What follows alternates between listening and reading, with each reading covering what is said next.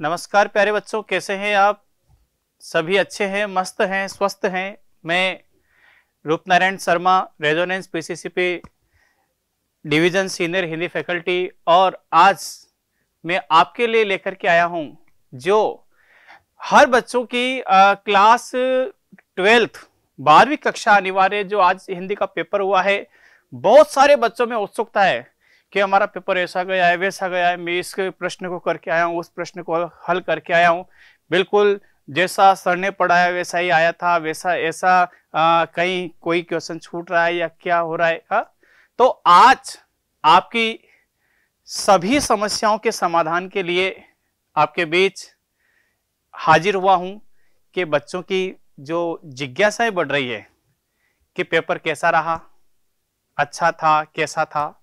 तो प्यारे बच्चों, मैं आपको बता देता हूं कि हिंदी अनिवार्य 12th क्लास का जो पेपर है वह सामान्य पेपर था, जिसमें 50% आपके पेपर का 50% एक सामान्य प्रश्न पत्र था। जैसे जैसे बच्चे 50 के अभाव जाते गए तो उसमें फिर आपका टैलेंट काम आया, आपकी मेहनत काम आई, आपने कितना परिश्रम किया है वह आपका वहां पर देखा गया है। और सभी बच्चों का पेपर अच्छा गया होगा क्योंकि बच्चों ने काफी मेहनत की है। तो उसी के लिए मैं आया हूं। तो देखते हैं अपन उच्च माध्यमिक परीक्षा 2024 सीनियर सेकेंडरी एग्जाम हिंदी अनिवार्य, और अपन ने हिंदी अनिवार्य को यहां पर लिया है। तो हम आगे बढ़ते हैं। सबसे पहले परीक्षार्थियों के लिए सामान्य निर्देश यहां पर दिए गए थे, और इसमें क्या दिया गया था देखिए। परीक्षार्थियों के लिए सामान्य निर्देश, पहला निर्देश कि परीक्षार्थी सर्वप्रथम अपने प्रश्न पत्र पर नामांकन अनिवार्य रूप से लिखे। तो आपने लिखा होगा, बिल्कुल। सभी प्रश्न करना अनिवार्य किया होगा, बिल्कुल किया होगा। तीसरा निर्देश था कि प्रत्येक प्रश्न का उत्तर दी गई उत्तर पुस्तिका में ही लिखे, चाहे ऑब्जेक्टिव हो चाहे सब्जेक्टिव हो। तो आपने भी उत्तर पुस्तिका में लिखी होगी।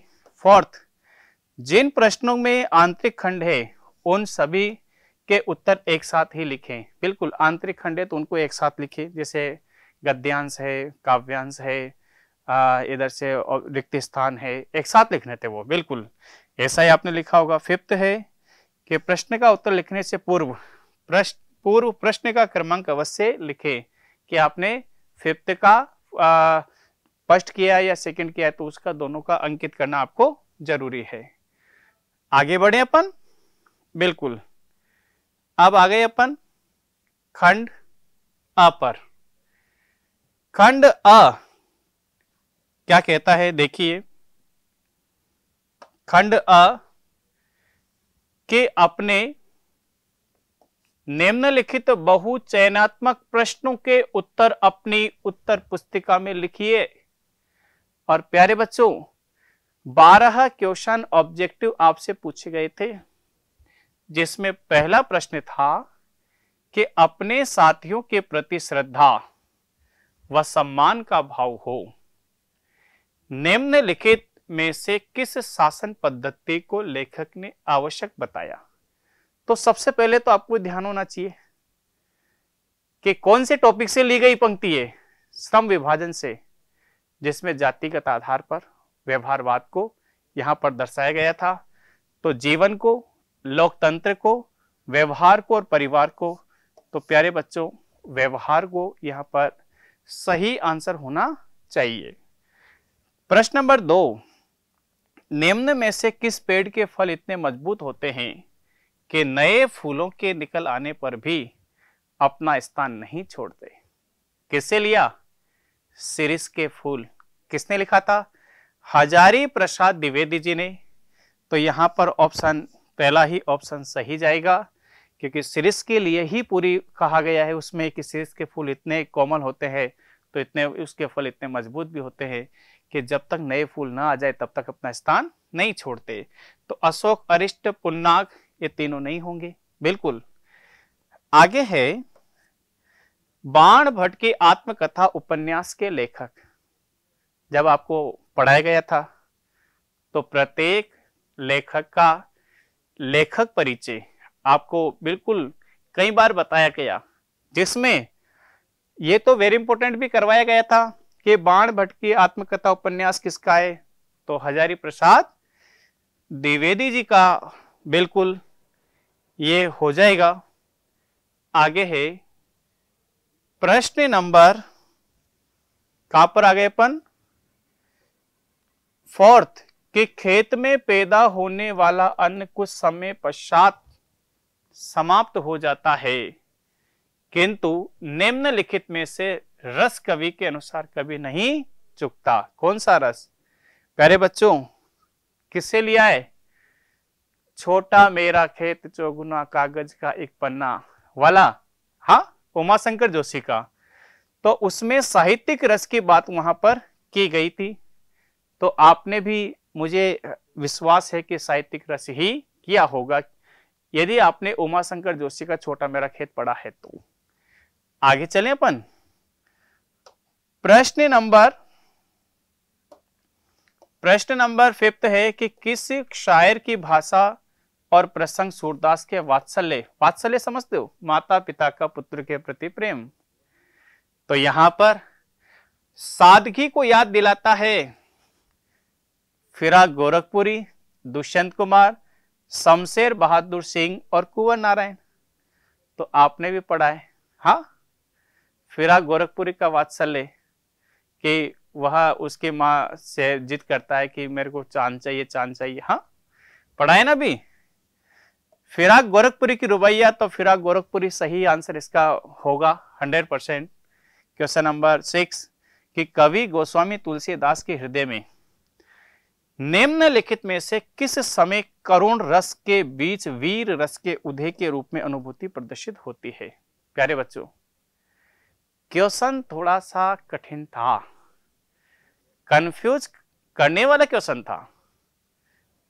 देखो, राम का वनवास जाना पहला, कुंभकर्ण का विलख पड़ना दूसरा, जगदम्बा की लीला दिखाना तीसरा, और हनुमान का संजीवनी लेकर के आ जाना। तो सबसे पहले तो वहां पे करुण रस चल रहा था, राम विलाप कर रहे थे अपने छोटे भाई को हृदय से लगा करके। तो अपने पढ़ा है कि जैसे हनुमान जी को देखा तो करुण रस समाप्त होकर के कौन सा रस आ गया वहां पर? वीर रस। तो यहां पर सही सटीक आंसर यह आपका होना चाहिए, कौन सा? हनुमान का संजीवनी लेकर के आना। आगे चले बच्चों, आगे बढ़ते हैं। प्रश्न नंबर 7 के निम्नलिखित भाषा को सीमित, अविकसित और आम बोलचाल वाला रूप बोली कहलाता है। ये अपन ने पढ़ा भी था, बिल्कुल। और विजिलेंस शब्द का सही पारिभाषिक शब्दावली से पूछा गया था, बच्चों को लिखाया भी गया था, उसमें दिया हुआ भी था। तो इसमें विजिलेंस यानी सतर्कता, या हो सकता है कि कुछ बच्चों की रेफरेंस या हमारे नोट्स में जागरूकता भी हो सकता है, लेकिन जागरूकता नहीं है तो सतर्कता जागरूकता दोनों एक ही होते हैं। बिल्कुल यही किया होगा आपने। बिल्कुल बच्चों के चेहरे पर प्रसन्नता नजर आ रही है। बिल्कुल आगे बढ़े बच्चों। देखिए क्वेश्चन नंबर 9, मुद्रित माध्यमों में सबसे बड़ी शक्ति यह है कि छपे हुए शब्दों में निम्नलिखित गुण होता है। अच्छा प्रश्न। स्फूर्तिता, स्फूर्तिता तो फुर्ती है ना, ये तो अलग है। असुरक्षा, ऐसा भी नहीं है। बाध्यता, बाध्यता होती नहीं है। तो लिखित जो भी माध्यम होता है उसमें होता है स्थायित्व, यानी एक बार लिख दिया वो हमेशा हमेशा के लिए चलेगा। यह भी आपको आ गया होगा। क्वेश्चन नंबर 10 पर चले अपन। रेडियो पत्रकारों को निम्नलिखित में से किसका पूरा ध्यान रखना होता है? अपने पाठकों का, पाठक तो बच्चों पढ़ने वाले को कहते हैं, अपने श्रोताओं का हो सकता है, अपने दर्शकों का, दर्शक तो बेटे रेडियो में होते ही नहीं, वो तो सुनने के लिए होता है, और अपनी शुरुआत का नहीं। तो इसमें क्या आंसर होना चाहिए? अपने श्रोताओं का। आगे चलें अपन क्वेश्चन नंबर 11। निम्नलिखित में से जो आत्मकथात्मक उपन्यास गाथा निश्चय ही किशोर होते विद्यार्थियों के लिए हम कदम बन सकती है? कौन सी?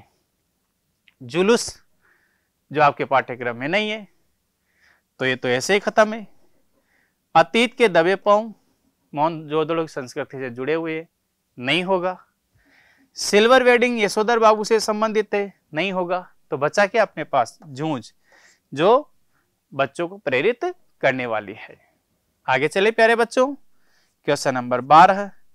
निम्नलिखित में से दबेश्वर में किसने पूछा कि मेहमान गए? किसने पूछा? तो बीवी बच्चों ने नहीं, क्योंकि उनके लिए तो मेहमान भगवान थे, वो तो आदर सत्कार में लगे हुए थे। यशोधर बाबू की पत्नी नहीं, वो तो सदस्य के बिल्कुल कंप्लीट थी, मेहमानों का स्वागत कर रही थी। यशोधर बाबू रिश्तेदार ने, तो प्यारे बच्चों यशोधर बाबू ने इस तरह का प्रश्न किया था। समझ में आ गया? बिल्कुल आपको समझ में आया होगा और आगे भी आ रहा है समझ में। तो प्यारे बच्चों प्रश्न नंबर 2 रिक्त स्थानों की पूर्ति वाले हैं। बिल्कुल हैं। आगे बढ़े। अब रिक्त स्थानों की पूर्ति वाले हैं, तो इसमें प्रश्न नंबर 1 क्या पूछा गया कि मौखिक भाषा को लिखित रूप के लिए लेखन चिन्हों का प्रयोग किया जाता है, उसे क्वेश्चन कठिन है तो एक ही नंबर का, लेकिन बच्चों के अंदर की उलझन पैदा करने वाला। भाई चिन्हों, लिखने के चिन्हों का प्रयोग किया जाता है, कहां पे पढ़ा है? लिपि में पढ़ा होगा। तो बिल्कुल आंसर क्या होना चाहिए? लिपि। क्या होना चाहिए? लिपि होना चाहिए। होना चाहिए ना लिपि। आगे बढ़े अपन। दक्षता, एफिशिएंसी, इसका इंग्लिश होता है EFFICINCY।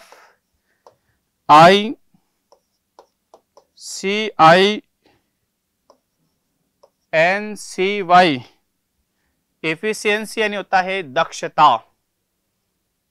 पढ़ा है ना पारिभाषिक शब्दावली में, बिल्कुल स्पष्ट है आपके सामने। आगे है कि नक्षत्र हवा में क्या कर रहा है?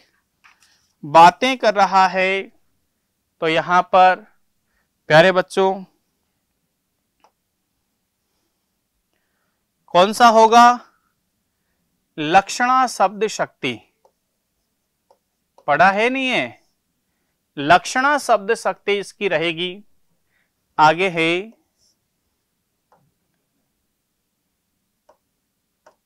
है कि जब शब्दार्थ की व्यंजना अर्थ पर निर्भर होती है, उसका पर्याय रख देने पर भी अभिष्ट की पूर्ति हो जाती है। वहां सभी बच्चों ने व्यंजना शब्द शक्ति की है, बिल्कुल पता है मुझे। लेकिन अब ये डिपेंड करता है चेक करने, कॉपी चेक करने वालों के ऊपर कि वो व्यंजना से संतुष्ट होते हैं या फिर उसके भेद से। ऐसे तो इसमें प्यारे बच्चों आर्थी व्यंजना होना है। अब ये कॉपी चेकिंग वालों के ऊपर निर्भर है कि वो व्यंजना से संतुष्ट है या आर्थी व्यंजना को मानेंगे। बिल्कुल आगे चलें अपन। जहां वास्तविक विरोध न होते हुए भी विरोध का आभास होता है। ने पहला ही टॉपिक पढ़ा था आत्म परिचय वाला कि मैं शीतल वाणी में आग लिए फिरता हूं, उन्मादों में अवसाद लिए फिरता हूं। हाँ, तो कौन सा अलंकार था वहां पर? विरोधाभास अलंकार। कौन सा अलंकार बच्चों? विरोधाभास अलंकार। एक क्वेश्चन नंबर 6 कि भगवान भागे दुख जनता देश की फूले फले।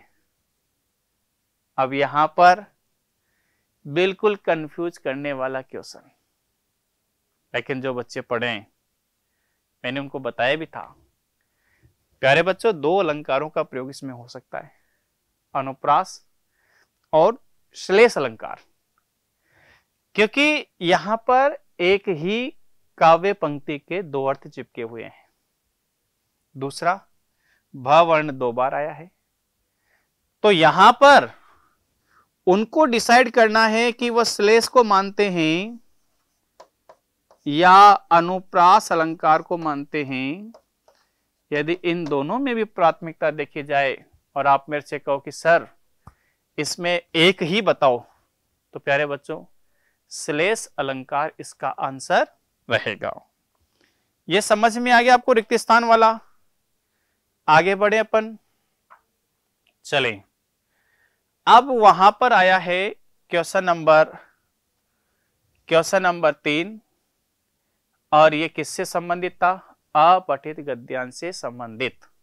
प्यारे बच्चों क्वेश्चन देखिए आप, निम्नलिखित अपठित गद्यांश को ध्यान पूर्वक पढ़कर दिए गए सभी प्रश्नों के उत्तर अपनी उत्तर पुस्तिका में लिखिए। बिल्कुल लिख सकते हैं अपन।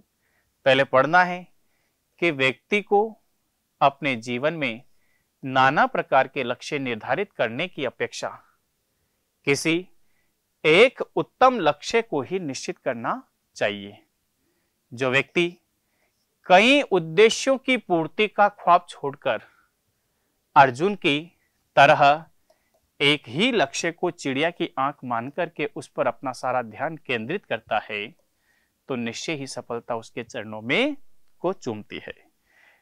एक ही साथ 2 घोड़ों पर सवार होने वाले का फिसल कर नीचे गिरना निश्चित है। किसी एक पेड़ के तने में डालियां पत्तों फूलों से अलग अलग सेवा करने वालों को फलों से वंचित ही रहना पड़ेगा, जबकि वह यदि मूल जड़ को ही सींचे तो उसे फल की प्राप्ति होना ही है। अतः व्यक्ति को एक ही उद्देश्य की प्राप्ति हेतु प्रयत्न करना चाहिए। बिल्कुल, और जहां तक मेरा मानना है बिल्कुल आसान है, कठिनाई बिल्कुल भी इसमें नहीं है। पहला कि व्यक्ति को अपने जीवन में सफल होने के लिए क्या निश्चित करना चाहिए? एक ही लक्ष्य निर्धारित करना चाहिए। तो आपने कैसे लिखा होगा कि व्यक्ति को अपने जीवन में सफल होने के लिए एक ही लक्ष्य को निर्धारित करना जरूरी है या चाहिए। बिल्कुल। अब यहां पर पर्यायवाची पूछे कि नयन शब्द का पर्यायवाची शब्द गद्यांश में से छांट करके लिखिए। अब इसमें थोड़ा सा दिमाग की आपको जरूरत पड़ी होगी और मुझे याद है कि आपने लगाया होगा। पर्यायवाची का नाम सुनते हैं बच्चे क्या है कि चक्षु, लोचन, दृग, आंख, लेकिन यहां पर क्या पूछा गया है कि इस गद्यांश में से छांट करके लिखना है।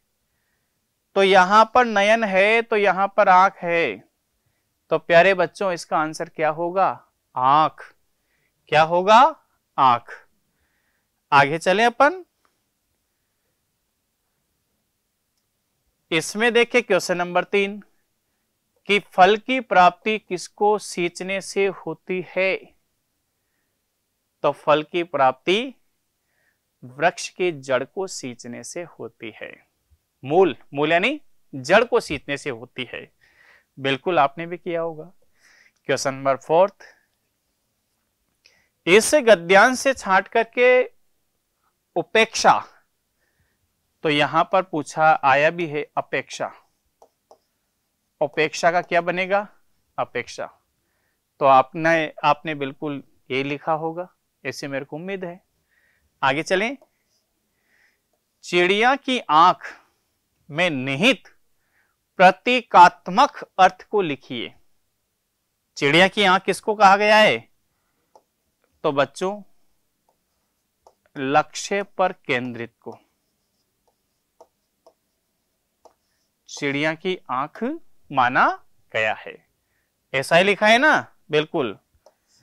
तो उपयुक्त गद्यांश का उपयुक्त शीर्षक क्या है? इसका शीर्षक लक्ष्य निर्धारित करना। लक्ष्य निर्धारित करना ये हो जाएगा, या एक ही लक्ष्य को सर्वोपरि मानना, बिल्कुल हो जाएगा। हाँ, तो सभी ने अपने अपने विवेक से लिखा है, लक्ष्य से केंद्रित जुड़ा हुआ है, बिल्कुल। आगे बढ़े अपन क्वेश्चन नंबर 4 पे चलते अपन। प्यारे बच्चों, देखते अपन क्वेश्चन नंबर 4 किससे जुड़ा हुआ है कि निम्नलिखित अपठित पद्यांश को ध्यान पूर्वक पढ़कर सभी प्रश्नों के उत्तर अपनी पुस्तिका में लिखिए। कितने नंबर का है? 6 नंबर का। काव्यांश है, पद्यांश बच्चों को समझने में थोड़ी सी दिक्कत आती है, लेकिन समझना पड़ता है यदि आपकी वहां पर प्रैक्टिस अच्छी की होगी आपने, और तो मेरे को नहीं लगता कि ये समझ में नहीं आया होगा। देखते हैं अपन। अपने नहीं अभाव मिटा पाया जीवन भर, पर औरों के सभी अभाव मिटा सकता हूं। कौन कहता है? कवि कहता है कि मैं तो अरे गरीबी में रहा, निर्धनता में रहा, मजदूरी करता रहा, श्रमिक बन करके काम किया, लेकिन अब मैं जितने भी मजदूर है, श्रमिक है, उनके अभावों को मिटा सकता हूं। कैसे? नई विचारधारा ला करके। तूफानों भूचालों के भयप्रद छाया में मैं ही एक अकेला हूं जो गा सकता हूं। मेरे को किसी का डर नहीं है।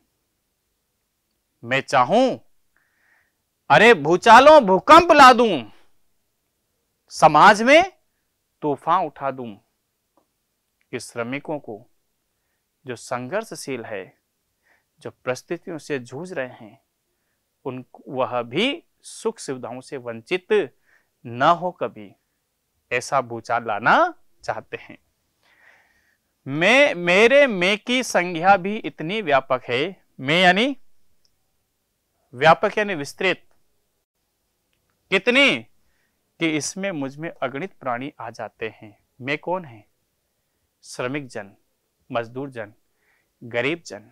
हाँ, यानी गरीबों की, श्रमिकों की संख्या एक नहीं है। यहां पर समझा होगा तो काफी टाइम, थोड़ा सा टाइम लगेगा, लेकिन आपके दिमाग में अगणित प्राणी, यानी श्रमिक, असंख्यक श्रमिक दिन रात मजदूरी करके अपने संघर्षशील जीवन को व्यतीत कर रहे हैं। मुझको अपने पर अदम्य विश्वास रहा। अरे ऐसा विश्वास रहा जिसका कभी भी दमन नहीं किया जा सकता। ऐसा अखंड विश्वास कवि को है। मैं खंडहर को फिर से महल बना सकता हूं। श्रमिक हूं, श्रमिकों का काम है कितना ही खंडहर हो जाए, चाहे तो उस जगह पर महल बना सकते हैं। बिल्कुल। जब जब भी मैंने खंडहर आबाद किए हैं, अरे प्रलय मेघ भूचाल देख मुझको शर्माए। जब जब भी मैंने मेहनत की है, परिश्रम किया है, तो मेरे सामने मेघ की गर्जना और भूकंप भी शर्मा करके अपना नतमस्तक हुए हैं, यानी वो भी मेरे सामने कुछ भी नहीं रहे। मैं मजदूर। बच्चों, अब यहां पर पता चला है कि मजदूरों के लिए है। मैं मजदूर, मुझे देवों की बस्ती से क्या, अरे मेरे को देवताओं की बस्ती से क्या लेना देना। देवता तो महलों में रहते हैं, मंदिरों में रहते हैं, मैं तो एक सृजनशील हूं, सृजन करने वाला हूं, समाज में नव निर्माण करने वाला हूं, देश का विकास करने वाला हूं।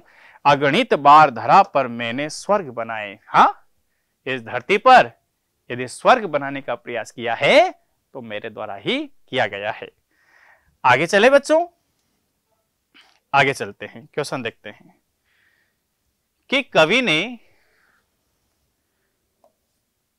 किसके अभाव मिटाने की बात कही है? श्रमिक जनों की। बिल्कुल, कवि ने श्रमिक जनों के अभाव मिटाने की बात यहां पर कविता में की है। 1 नंबर का क्वेश्चन था। क्वेश्चन नंबर 2, जीवन में कवि ने खंडर से महल बनाने हेतु किसकी आवश्यकता पर बल दिया? किस पर? अदम्य विश्वास पर। किस पर दिया? ऐसे विश्वास पर जिसका दमन नहीं किया जा सकता। अदम्य व्यक्ति को देख करके कौन शर्माते हैं? कौन? अरे तूफान, मेघों की गर्जना और भूकंप भी अदम्य व्यक्ति के साहस को देख करके शर्माते हैं।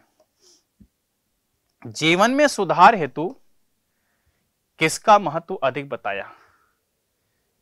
जीवन में सुधार हेतु किसका महत्व अधिक बताया है? तो प्यारे बच्चों, जीवन में सुधार हेतु श्रमिकों की मेहनत का महत्व अधिक बताया है, क्योंकि श्रमिक ही खंडर को महल बनाने में अपना सामर्थ्य, अपना एक पराक्रम वहां पर रखते हैं। क्वेश्चन नंबर 5, कवि ने अपने आप को क्या मानकर पे धरती पर स्वर्ग बनाने की बात कही? अपने आप को क्या माना? एक श्रमिक।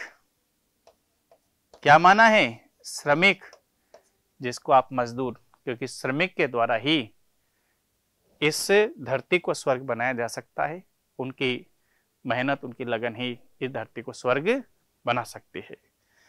प्यारे बच्चों, बादल का पर्याय पद्यांश से छाट करके लिखिए। पद्यांश में बादल के एक मेघ आया है, प्रलय मेघ, तो आपने भी मेघ ही लिखा होगा। हाँ, कुछ बच्चे हो सकते हैं कि उनके दिमाग में बहुत सारे होंगे बादल, हाँ घन, हाँ, लेकिन यहाँ पर दिया हुआ है, छांट करके उसी में से लिखना था, तो मेघ शब्द आपने लिखा होगा, ऐसा मेरा विश्वास है। आगे चले बच्चों, अब खंड ख की अपन बात करें। कहां पर आ गए अपन? खंड ख की बात करें तो देखिए, क्वेश्चन नंबर 5, खंड ब, निम्नलिखित लघुत्रात्मक प्रश्नों के उत्तर 20 से 40 शब्दों में देना था। पत्रकार कितने प्रकार के होते हैं? तो प्यारे बच्चों, पत्रकार 3 प्रकार के होते हैं। पढ़ा था, नहीं पढ़ा था? कौन कौन से होते हैं? पूर्णकालिक,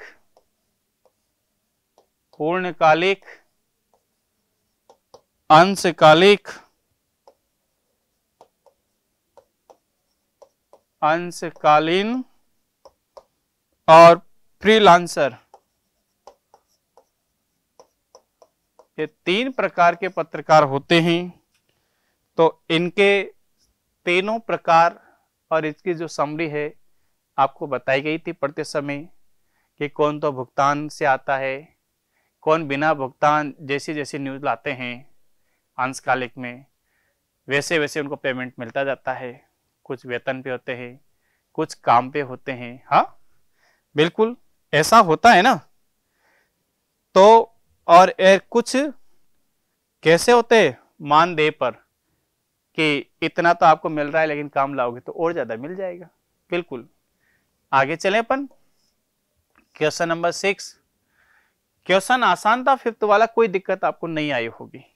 क्वेश्चन नंबर 6, लेखक ने महामारी की रात्रि में विभीषिका की ललकार कर चुनौती देने वाली शक्ति को ढोलक के माध्यम से किस प्रकार वर्णित किया? प्यारे बच्चों, पहलवान की ढोलक, कौन? लुट्टन पहलवान वाला। जब सारे गांव में महामारी छा रही थी तो उस समय पूरी रात ढोल बजा बजा करके बच्चे, बूढ़े, जवान, उनमें एक संचार शक्ति, एक जिजीविषा शक्ति, वह हमेशा ढोल बजा बजा करके उनमें जागृत कर रहे थे ताकि वो बीमारियों से लड़ सके। बिल्कुल आपने किया होगा, 2 नंबर का प्रश्न था, अच्छा प्रश्न है, कोई दिक्कत इसमें नहीं आई होगी। आगे है कि बादल राग सूर्यकांत त्रिपाठी निराला का जो बच्चों को पढ़ाए, हाँ ये मैं जरूर मानता हूं 2-3 बार में समझ में आया था, लेकिन बिल्कुल सभी अध्यापकों ने समझाने का प्रयास किया और बच्चों ने समझा भी सही, और इसके लिए बहुत सारी मेहनत की है बादल राग के लिए। तो बादल राग कविता में क्रांति, आकांक्षी वंचितों से प्रतिनिधित्व की अनुगूंज को स्पष्ट कीजिए। जो कृषक समाज है, प्यारे बच्चों, बादल यहां पर सामाजिक क्रांति का प्रतीक रहा है कि जिस तरह से एक कृषक समाज भीषण गर्मी को देख करके अपने खेतों की प्यास बुझाने के लिए वह बादलों का आह्वान करते हैं, बादलों को बुलाते हैं कि आप आए, इस अग्निकुंड बनी तप्त धरा को फिर से शीतलता प्रदान करें। उसी तरह से जो निम्न वर्ग है, जो समाज में एक सामाजिक जो भेदभाव है उसको मिटाने के लिए, जो निम्न वर्ग है जिसको दलित वर्ग की संज्ञा दी गई है, वह भी एक अनुगूंज चाहते हैं, वह भी चाहते हैं कि इस वर्ग भेद को हमेशा हमेशा के लिए मिटाया जाए। बात समझ में आ गई आपको? तो थोड़ा सा कठिन रहा होगा। और एक बात और बताऊं आपको मैं, ये क्वेश्चन उसी बच्चे को आया होगा जिनके टीचर्स ने कुछ एक्स्ट्रा क्वेश्चन लिखा है। आपकी पासबुक, आपने चाहे संजीव पढ़ी हो, आरबीडी पढ़ी हो, एक्सीलेंट पढ़ी हो, हाँ, वहां से क्वेश्चन नहीं था। क्वेश्चन आया जब आपने क्लास में पढ़ा है, अध्यापक ने आपको पढ़ाया है। तो बिल्कुल अच्छा प्रश्न था, कोई बड़ी बात नहीं थी। आगे चले अपन कि सिंधु सभ्यता में आकार की भव्यता के स्थान पर कला, हाँ, की भव्यता दिखाई देती है। प्यारे बच्चों, बिल्कुल कि सिंधु सभ्यता में आकार में चाहे छोटी रही बड़ी रही, ये बात अलग है, लेकिन वहां पर ये देखने को मिला है कि कलाकृतियां ज्यादा थी। जैसे कौन कौन से साधन मिले? पत्थर पर मूर्तियां, धातुएं, मृदभांड, वनस्पतियां, पशु पक्षियों के चित्र, हाँ, पेड़ पौधों के चित्र मिले और उन पर बारीकी से आकृतियां की हुई। इसमें कंगा, लिपस्टिक के प्रमाण, केस सज्जा के लिए एक आईना, हाँ, जिससे देख करके लगा है कि कला की भव्यता यानी कला को विशेष महत्व दिया गया होगा। बिल्कुल दिया गया है, और आपने अतीत में दबे पांव पढ़ा है, समझा है, तो आपके लिए क्वेश्चन बिल्कुल आसान रहा होगा। आगे चले बच्चों, क्वेश्चन नंबर 9 क्या है कि जूझ कहानी के लेखक के अनुसार दादा के जीवन शैली की दिनचर्या। हाँ, दादा कुछ नहीं करते, अरे दिन भर इधर उधर घुमा करते, खेत का सारा काम अपने बच्चों से, अपनी पत्नी से करवाया करते, बच्चे को पढ़ने नहीं देते, दिन भर अच्छे कपड़े पहन करके इधर उधर घूमना, लोगों के बीच में बैठना, उनका किसी तरह के व्यापार का, किसी मेहनत पर किसी तरह का कोई प्रभाव नहीं था। फिर दत्ताजी राव ने जब उनको डांट दी तब उनको समझ में आया कि किस तरह से अपन को मेहनत करनी चाहिए। ये भी अच्छा प्रश्न था और आपको आया होगा 100%। अब मैं खंड स के आपके सामने बात करना चाहता हूं। खंड स थोड़े से बड़े थे, प्रश्न नंबर संख्या 10 से 13 के उत्तर कितने में देने? 60 से 80 शब्दों में दिए होंगे, और 14-15 के उत्तर 100 शब्द में आपने दिया होगा। तो चलें प्यारे बच्चों, प्रश्न नंबर 10, नील जल में या किसी की गौर झिलमिल दे, शमशेर बहादुर सिंह की कविता उषा। हाँ, कि उषा के समय जो प्रातः काल का दृश्य है एक अद्भुत, एक अनुपम दृश्य है। तालाब में जो जल है, हाँ, वो कैसा प्रतीत हो रहा है?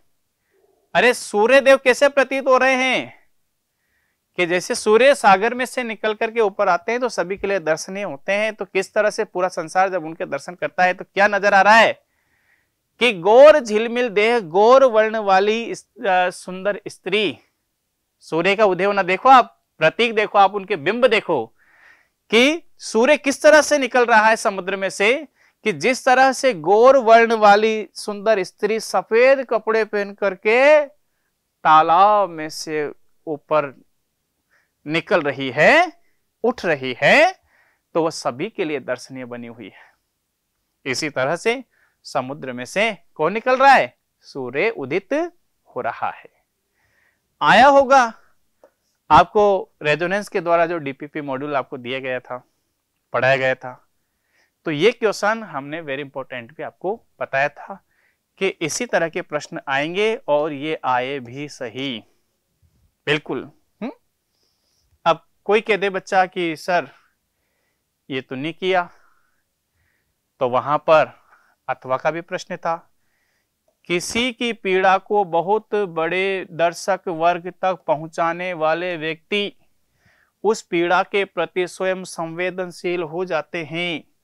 इस कथन को प्रकट करते हुए वर्तमान युग के विडंबना, विडंबना शब्द का मतलब होता है दुर्भाग्य, को कविता के संदर्भ में, कौन सा? कैमरे में बंद अपाहिज कि मीडिया वाले लोगों के दुख दर्द को किस तरह से बेचा करते हैं, अरे किस तरह से उसका व्यापार करते हैं, खुद संवेदनहीन होकर संवेदनशील कार्य कर रहे हैं और उसको सामाजिक उद्देश्य से परिपूर्ण काम बताते हैं। तो यहाँ पर उसी से संबंधित आपने लिखा होगा, तो ये प्रश्न भी आसान है, ये भी आपके लिए आसान रहा होगा, बिल्कुल। प्रश्न नंबर 11 पे मैं चलूंगा कि हम इन्हें पानी नहीं देंगे तो इंद्र भगवान हमें पानी कैसे देंगे? प्यारे बच्चों, लेखक के इस कथन के आधार पर हमारे सांस्कृतिक विश्वास के समर्थन, तो प्यारे बच्चों पहले तो आपको ये आपने इसका ये तय किया होगा, ये पंक्ति किसके द्वारा कही गई है? ये दादी माँ के द्वारा कही गई थी लेखक से।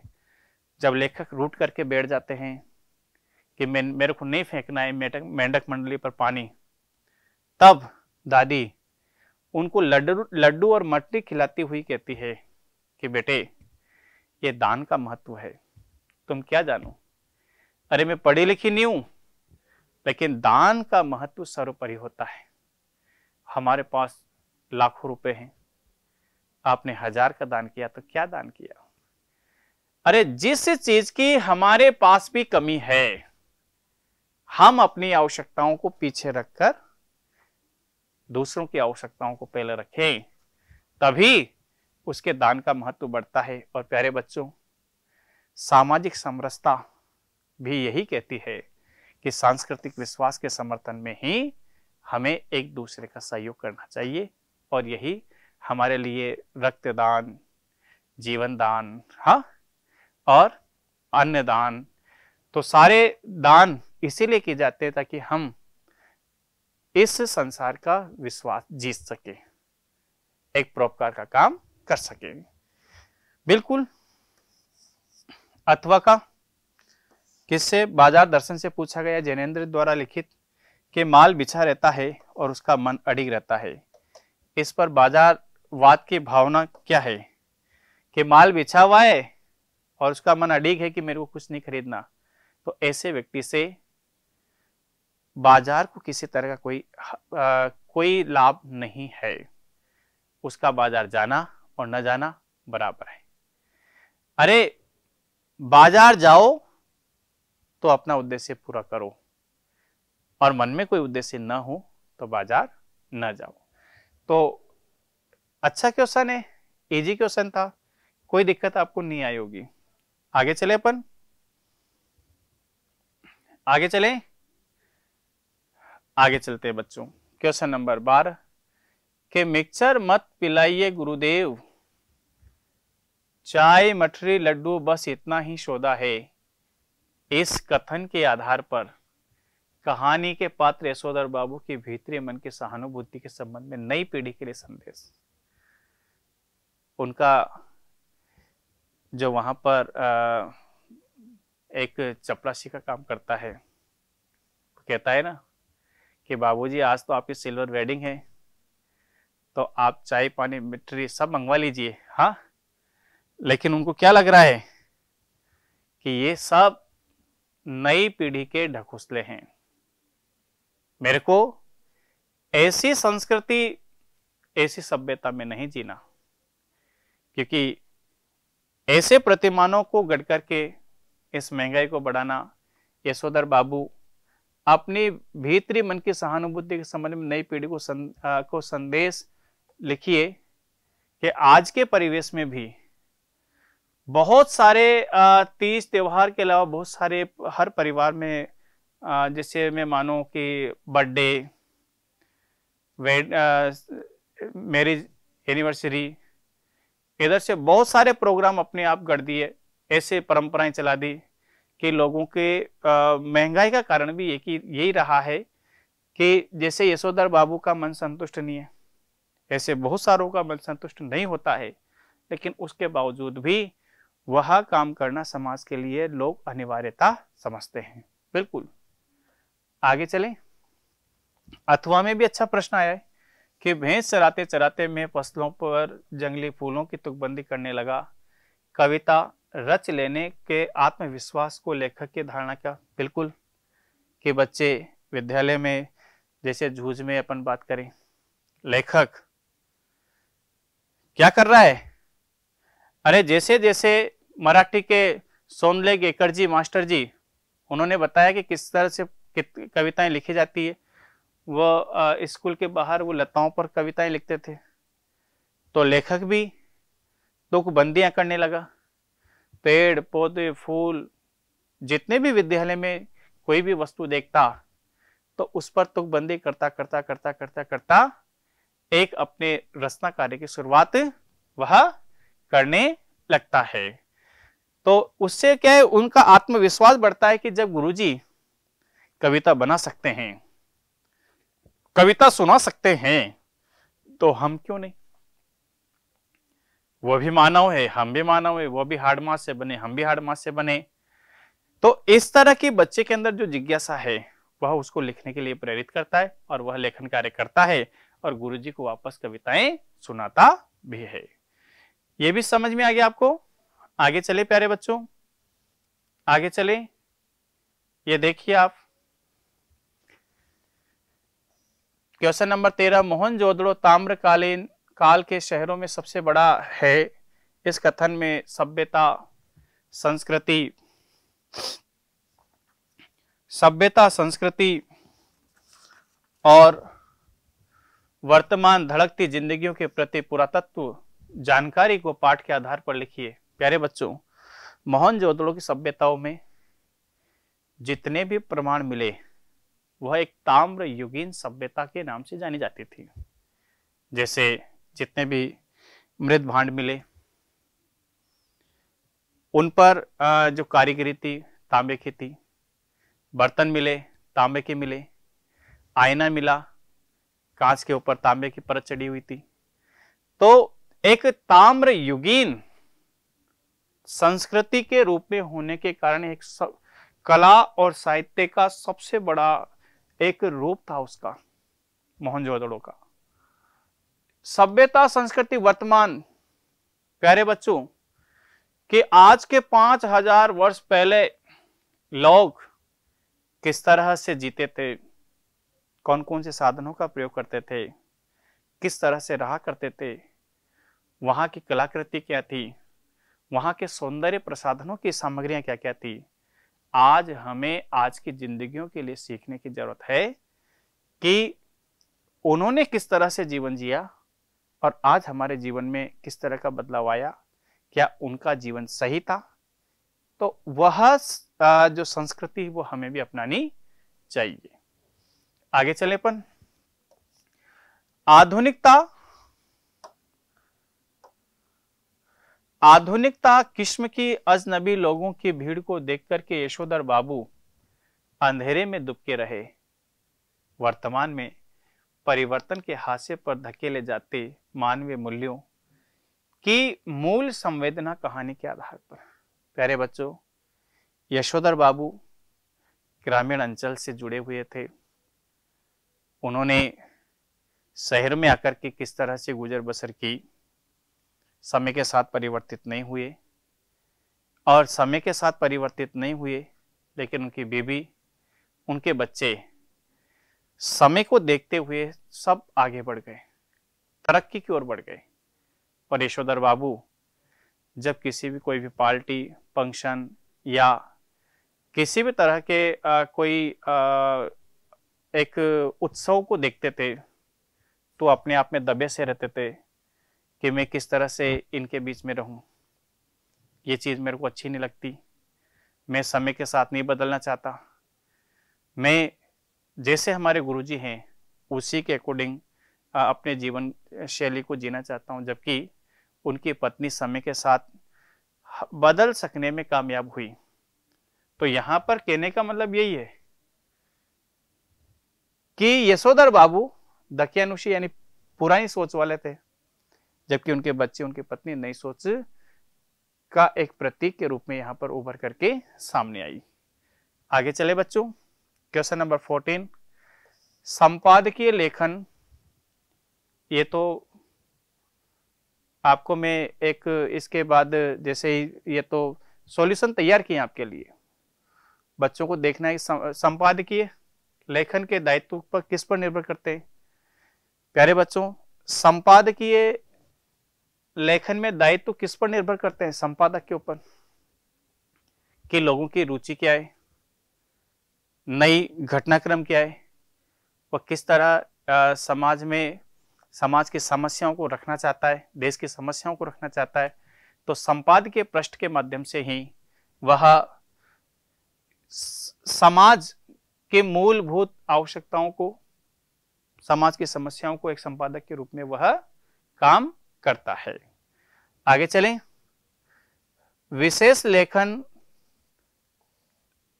खेलों के बारे में पत्र पत्रिकाओं में लिखने वालों को किन किन बातों की जानकारी होनी चाहिए? प्यारे बच्चों, एक खेल पत्रकारिता, उसके बारे में जो भी पत्रकार है उसको खेलों की संपूर्ण नॉलेज होनी चाहिए। क्रिकेट में कौन कौन से नियम हैं, बोल्ड क्या होता है, सिक्स किसको कहते हैं, किस तरह की बॉल होती है, वाइड क्या होती है, हाँ, नो बॉल क्या होती है। इसी तरह से विभिन्न खेलों में उसकी रुचि होना जरूरी है, उसके नियमों की जानकारी होना जरूरी है, तभी वह अच्छी तरह से उस पत्रकारिता में उन बातों को लिख सकेगा। ये बात समझ में आ गई? आलोक धनवा जी और फणेश्वर नाथ रेणु का जीवन परिचय पूछा गया था। बच्चों को कई बार बताया कि प्यारे बच्चों इनको तो रट ही लेना, हाँ, और बच्चों ने रटा भी सही। तो मेरे को लगता है कि बिल्कुल आसान है, कोई दिक्कत नहीं। हाँ, क्वेश्चन नंबर 6 खंड द, इसकी मैं बात करूं, व्याख्या। मैं मानता हूं इस पूरे पेपर का सबसे आसान क्वेश्चन जो हर बच्चों को हर अध्यापक लिखाते हैं। संदर्भ लिखा होगा, प्रसंग लिखा होगा, व्याख्या लिखी होगी, विशेष लिखा होगा, हाँ। और आपके लिए सबसे अच्छा यह रहा कि आत्म परिचय जो आपकी बुक का आरोह का पहला ही टॉपिक है हरिवंश राय बच्चन जी का, उसी में से व्याख्या पूछ ली और सारे बच्चों को ये व्याख्या आई है। तो 6 में से 6 नंबर आपके इसमें आए होंगे। विशेष लिखा होगा, व्याख्या लिखी होगी, संदर्भ लिखा होगा, प्रसंग लिखा होगा, बिल्कुल। अथवा में भी दी हुई थी, अथवा का भी अच्छा है, या ये कर दी होगी आपने। हाँ, एक बात और, क्वेश्चन नंबर 17 पे चले अपन। देखो कितना आसान प्रश्न इसमें पूछा गया है। निम्नलिखित गद्यांश की सप्रसंग व्याख्या कीजिए भक्तिन वाले टॉपिक की। और भक्तिन वाले टॉपिक की भी ज्यादा लाइन नहीं है, 4-5 लाइन। ये भी आपके लिए प्लस पॉइंट रहा होगा। मैंने कहा ना आपको कि 50% पेपर इजी और 50% के ऊपर जैसे जैसे जाओगे उसमें आपकी मेहनत, आपके टैलेंट की जरूरत पड़ेगी। ये भी आसान है। इधर से फणीश्वर नाथ रेणु वाला, काले मेघा पानी दे, बिल्कुल आसान है। हाँ, है या नहीं है? आगे बढ़े अपन, दोनों में से एक आपने किया होगा। और क्वेश्चन नंबर 18, जैसे बच्चे आते हैं सर किसकी संभावना सबसे ज्यादा होती है, तो मैंने कई बच्चों को बताया कि निविदा अक्सर पूछी जाती है, तो आपको निविदा का ज्ञान होना जरूरी था। हाँ, और इसमें एक विज्ञप्ति पूछी और एक निविदा पूछी, तो अधिकांश बच्चों ने निविदा को हल किया है। 4 नंबर का प्रश्न था और मुझे लगता है कि आपने निविदा को पढ़ा है, तो 4 में से 4 इसमें संभावनाएं पूरी पूरी होती है। प्यारे बच्चों, क्वेश्चन नंबर 19, 4 ऑप्शन आपको दिए गए थे जिसमें से एक विषय पर आपको क्या लिखना था, निबंध लिखना था 300 शब्दों में, 5 नंबर का। और यह भी कोई विशेष टॉपिक तो थे नहीं, सामान्य टॉपिक। किसी भी रेफरेंस के या अध्यापक ने आपको बताया वैसा ही आपने लिखा होगा। Make in India, Beti Bachao Beti Padhao, अनुशासन का महत्व, हाँ, पर्वतीय क्षेत्रों में मेरी यात्रा। हाँ, बिल्कुल अच्छा प्रश्न था। तो मेरा कहना यही है कि 19 क्वेश्चन आपसे पूछे गए थे पेपर में, प्रश्न पत्र आपका सामान्य था। और मैं ये कहना चाहता हूं कि इन सब के आंसर, सॉल्यूशन हमने आपके लिए रेजोनेंस की वेबसाइट पर अपलोड कर रखे हैं। बिल्कुल, जो भी बच्चे 12th क्लास के हैं वह रेजोनेंस की साइट पर जाकर के इनके आंसर देख सकते हैं। बेहतरीन आंसर की आपकी बनी हुई है। डिस्कशन मैंने आपको एनालिसिस अभी कर ही दिया। तो सभी प्यारे बच्चों के अंदर जो उत्सुकता देखने को मिलती है वह देखने को मिल रही है कि सभी का प्रश्न पत्र अच्छा से अच्छा गया है, सभी ने अच्छी मेहनत की है। और आने वाला जो कल है आपके लिए बिल्कुल सुखद हो, अच्छा हो, माता पिता का आशीर्वाद हो, सभी गुरुजनों का आशीर्वाद हो। इसी के साथ मैं अपनी वाणी को यहीं पर विराम देता हूं। सभी प्यारे बच्चों को बहुत बहुत धन्यवाद।